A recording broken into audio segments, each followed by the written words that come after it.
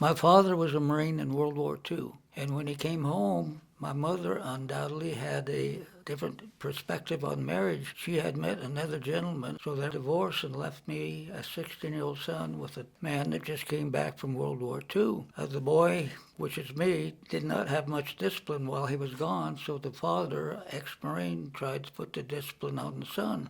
The son rebelled, which is again me, and I told him I'm going to join the Marine Corps, and my dad said, "Good, son, you go join the Marine Corps, I'll sign the papers." So that's how I got in the Marine Corps. And Yeah. you were how old? 16. 16. We changed a little bit on the paper. What'd you put? We used the birth certificate, and I went from 31 to 30. I changed the 1 to a 0, which made me 1 year older, allowed me to go in the Marine Corps.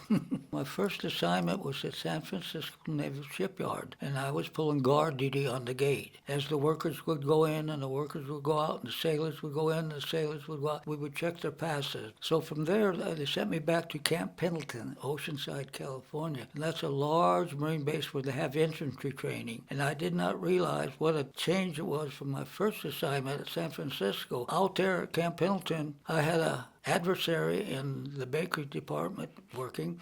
He was a corporal, and I was a PFC, so corporals are bosses on PFC. His name was Corporal Cox. And Corporal Cox and PFC Finnie didn't get along.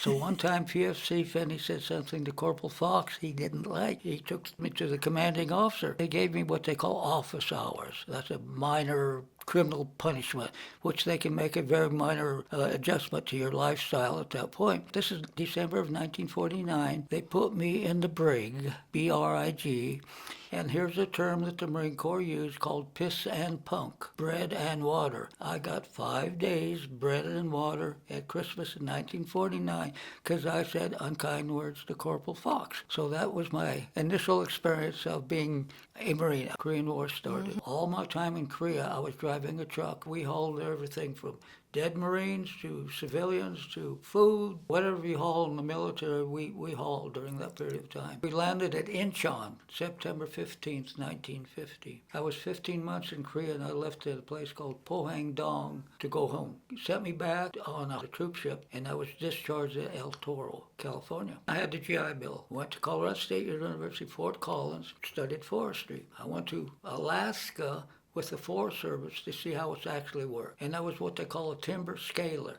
And I said, oh boy, I'm going to go out and peel logs, the bark off the logs. No, that's not so. When you scale timber, you measure the volume of the log. So I said, well, I don't like the Forest Service. And I had the GI Bill.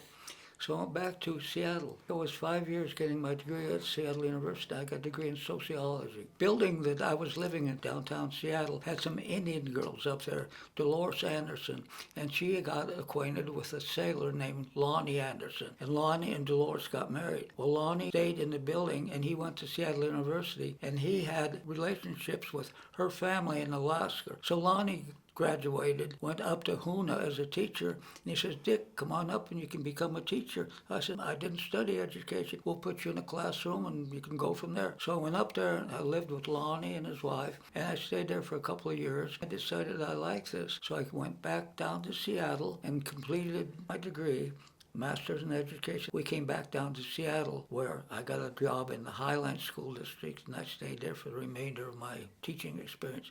And I retired in 2003, and I taught about 39 years. Grades I liked the best are 3 and 4, 9 and 10-year-old kids. Why did you like those the best? They're very amenable, they're friendly, you have fun with them.